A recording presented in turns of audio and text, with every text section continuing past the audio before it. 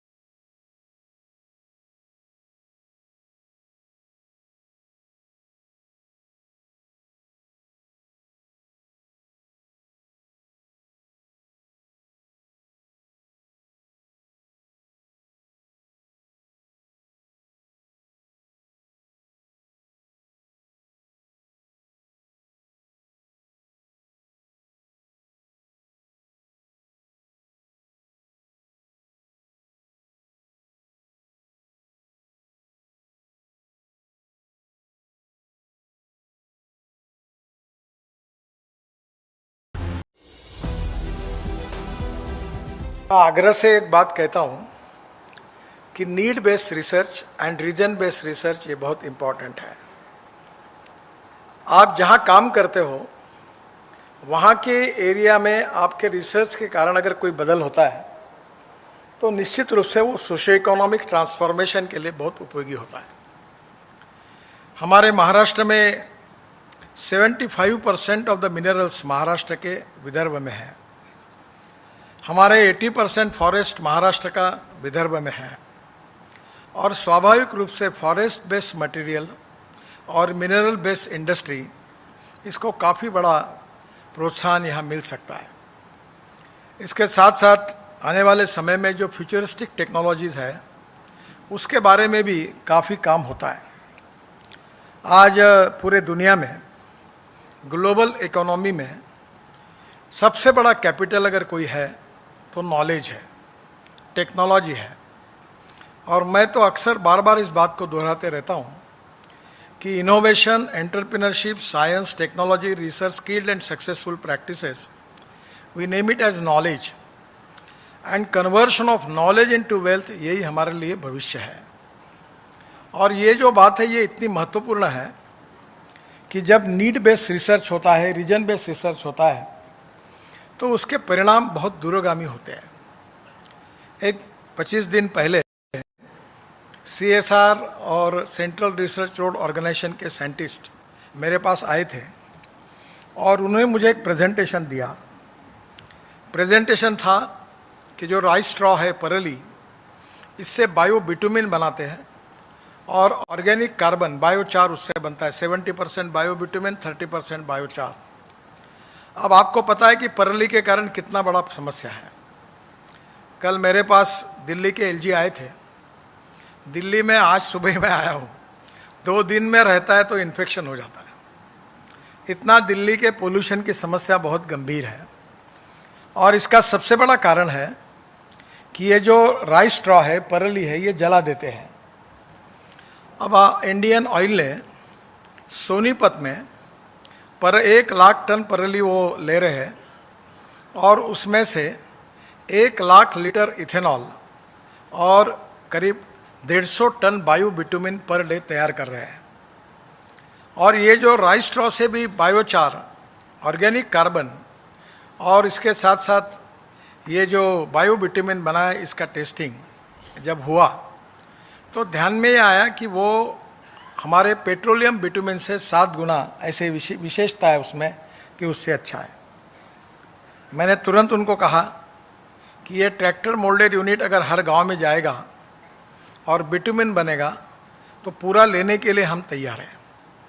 हमारे देश में 80 लाख टन बिटुमिन लगता है और हमारी रिफाइनरी 50 लाख टन बिटुमिन तैयार करती है और 25 से 30 लाख टन बिटुमिन हम इंपोर्ट करते हैं। ये इंपोर्ट सब्स्टिट्यूट है, कॉस्ट इफेक्टिव है, पोल्यूशन फ्री है और इंडिजिनियस है। इस प्रकार की अनेक बातों पर संशोधन हो रहा है और ये विशेष रूप से बहुत इम्पॉर्टेंट है।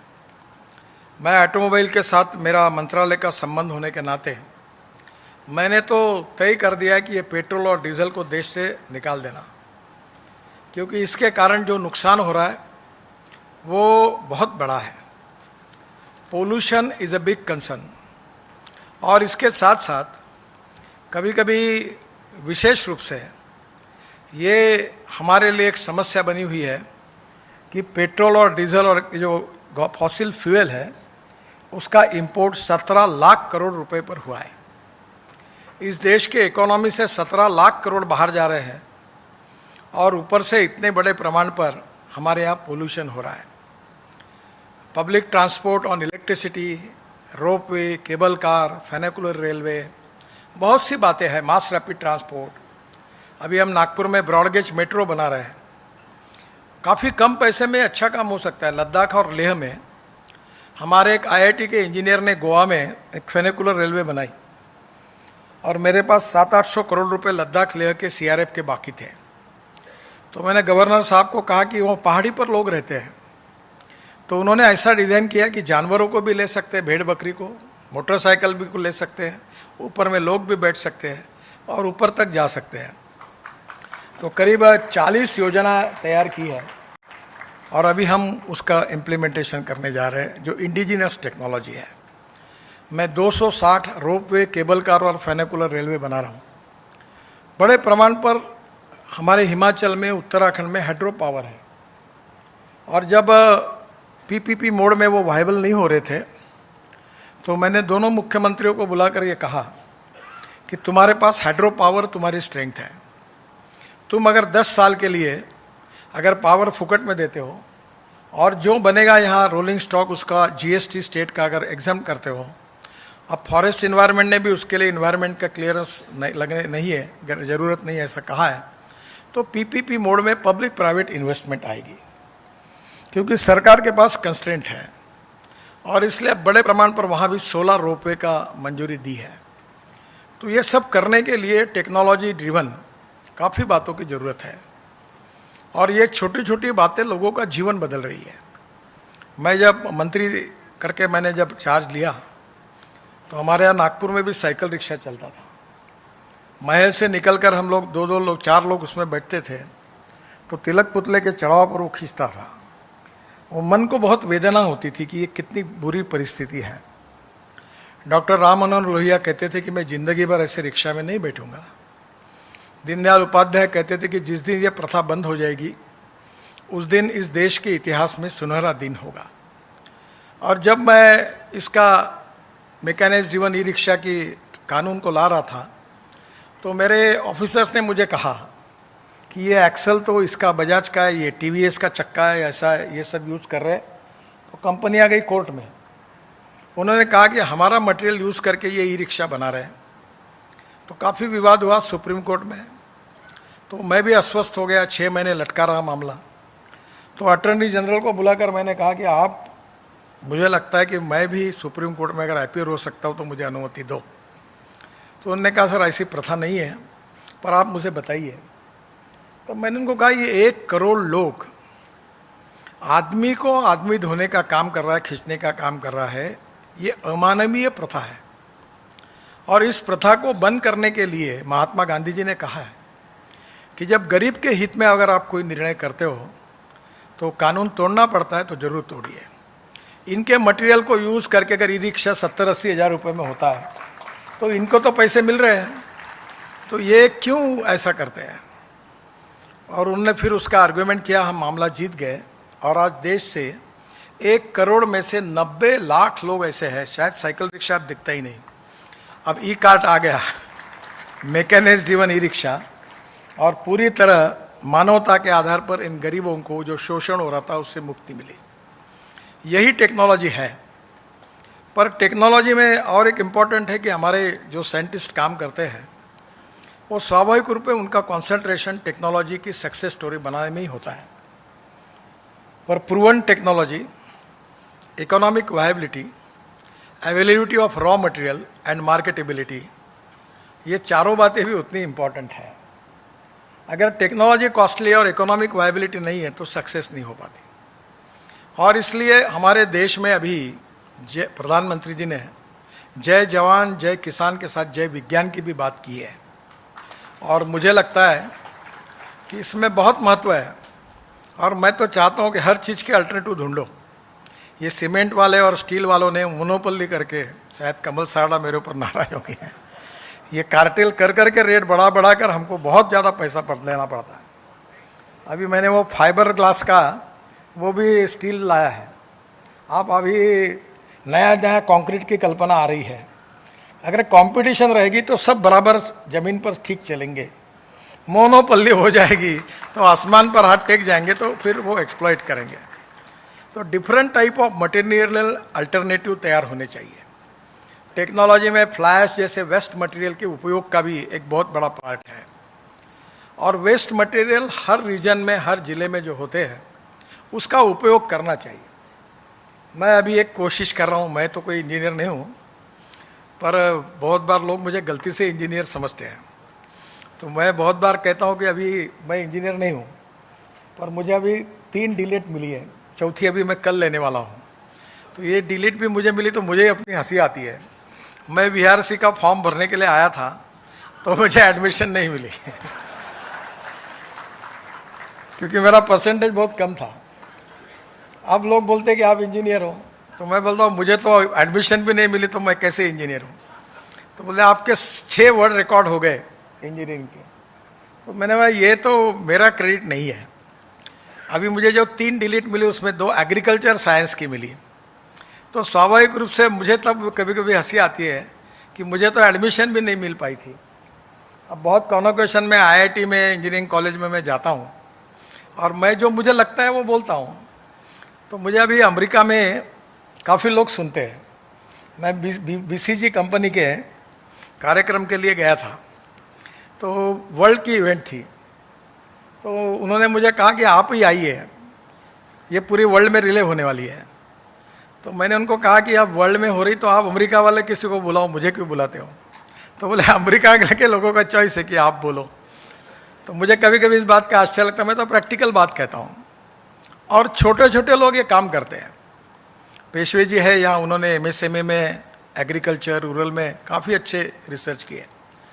कल मुझे 2 दिन पहले छत्तीसगढ़ के मुख्यमंत्री जी ने पूरे बिल्डिंग को गोबर से बनाए हुए पेंट को सरकार में मैंडेटरी कर दिया।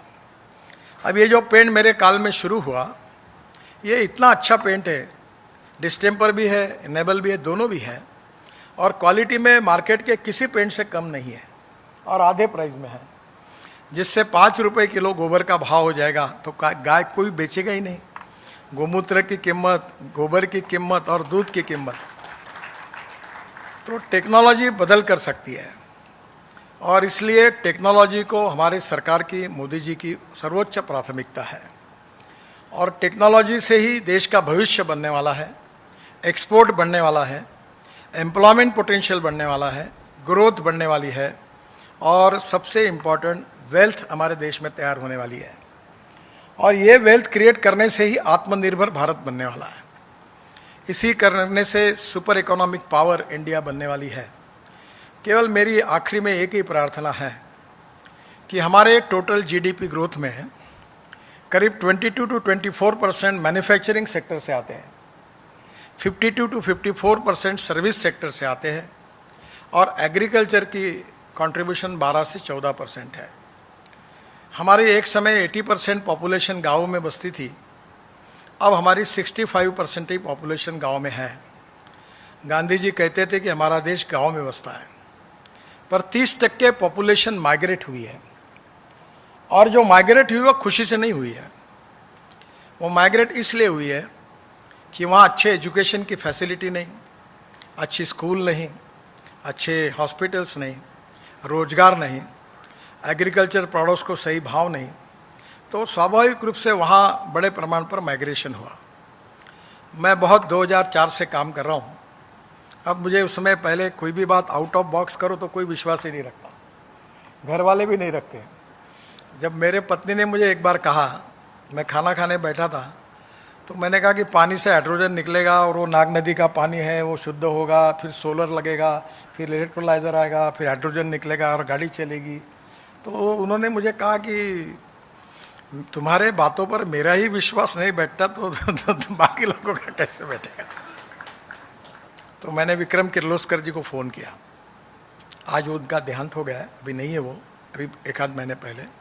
बहुत अच्छे थे ये बायोफ्यूल में, उनने मेरे साथ बहुत अच्छा, टोयोटो के चेयरमैन थे इंडिया के। तो उनको मैंने कहा विक्रम कुछ भी करो, मुझे हाइड्रोजन वाली गाड़ी दो। बोले उसका परमिशन ये, बोलो बाकी छोड़ दो, सब परमिशन मैं मंत्री हूँ, मैं लाता हूँ, मतलब भेज दो गाड़ी। वो गाड़ी मैंने लाई तो पहले पार्लियामेंट में ऑब्जेक्शन लिया कि हाइड्रोजन स्फोट हो जाएगा पार्लियामेंट में, तो गाड़ी कैसे आएगी। यानी लोगों के मन में बहुत संभ्रम थे। सब क्लियरेंस हो गया। मैं हाइड्रोजन की गाड़ी मेरे घर पर है, मैं घुमाता हूँ, हर मुख्यमंत्री को चक्कर देता हूँ आए के बाद, बोलता हूँ ये तुम्हारे यहाँ करो। अभी फ्लेक्स इंजन की गाड़ी है वो देता हूँ, और मैं अभी इलेक्ट्रिक के गाड़ी में ही चलता हूँ या इथेनॉल की, मैं पेट्रोल डीजल के गाड़ी में नहीं बैठता। तो मैंने तय किया कि इसमें नहीं बैठता। तो धीरे धीरे लोगों को विश्वास पड़ता है, इट टेक सम टाइम। तो मुझे लगता है कि ये जो निश्चित रूप से जो वेस्ट अवेलेबल है एग्रीकल्चर में, वो मेरा विश्वास है कि हमारा किसान अन्नदाता जो है वो ऊर्जादाता बन सकता है। और ये VNIT में आप थोड़ा काम करिए हमारे गांव, गरीब मजदूर और किसान के लिए। ये बहुत आवश्यक है कि चंद्रयान का संशोधन, सैटेलाइट का संशोधन, सब कुछ करो आप, ये कोई महत्वपूर्ण नहीं है, पर हमारे जीवन में उसका क्या उपयोग है? इसका उपयोग देश के लिए है, पर हमारे यहाँ कोई ऐसी टेक्नोलॉजी जो यहाँ के गांव के लोगों की तस्वीर को और भविष्य को बदल देगी, तो हम आपको जीवन भर नहीं भूल सकते। और इसलिए अब green hydrogen, ethanol, flex engine, electric, अब इलेक्ट्रिक बैटरी में हमारी मैडम बैठी है उद्वरी से, इन्होंने बहुत अच्छा काम किया है ARI में। तो अब काफ़ी बड़े प्रमाण पर ये सब हुआ है। JCB को मैंने कहा था अभी कंस्ट्रक्शन इक्विपमेंट वालों को कि आप CNG यूज़ करो। मेरे आग्रह के कारण ज़बरदस्ती उन्होंने JCB बनाया। अब रशिया में उनको 1000 JCB का ऑर्डर मिल गया। तो मुझे लगता है कि ये निश्चित रूप से आने वाले समय में futuristic technology agriculture rural centre मानकर और गांव गरीब मजदूर किसान के कल्याण के लिए टेक्नोलॉजी को प्रायोरिटी देनी चाहिए। दूसरा एनवायरनमेंट पॉइंट ऑफ व्यू, क्योंकि ecology, economy and ecology and environment, economy and ethics, 3 pillar बहुत इंपॉर्टेंट है। और अभी तो प्रदूषण बहुत ही महत्वपूर्ण है, और इसलिए प्रदूषण को दूर करने के लिए हमको बहुत ताकत से काम करना चाहिए, अन्यथा इसके कारण हमारे स्वास्थ्य के ऊपर बहुत गंभीर परिणाम हो रहे हैं। तो मुझे लगता है कि समाज की आवश्यकता, गांव गरीब मजदूर किसान की आवश्यकता, रूरल एग्रीकल्चर ट्राइबल सेक्टर की आवश्यकता, इसके रिसर्च को प्राथमिकता दो। बाकी भी रिसर्च करना चाहिए, वो देश के लिए आवश्यक है, वो नहीं करना चाहिए ऐसा मुझे नहीं लगता। आज तक भी आपने बहुत अच्छा काम किया है और आगे भी ऐसा काम होगा।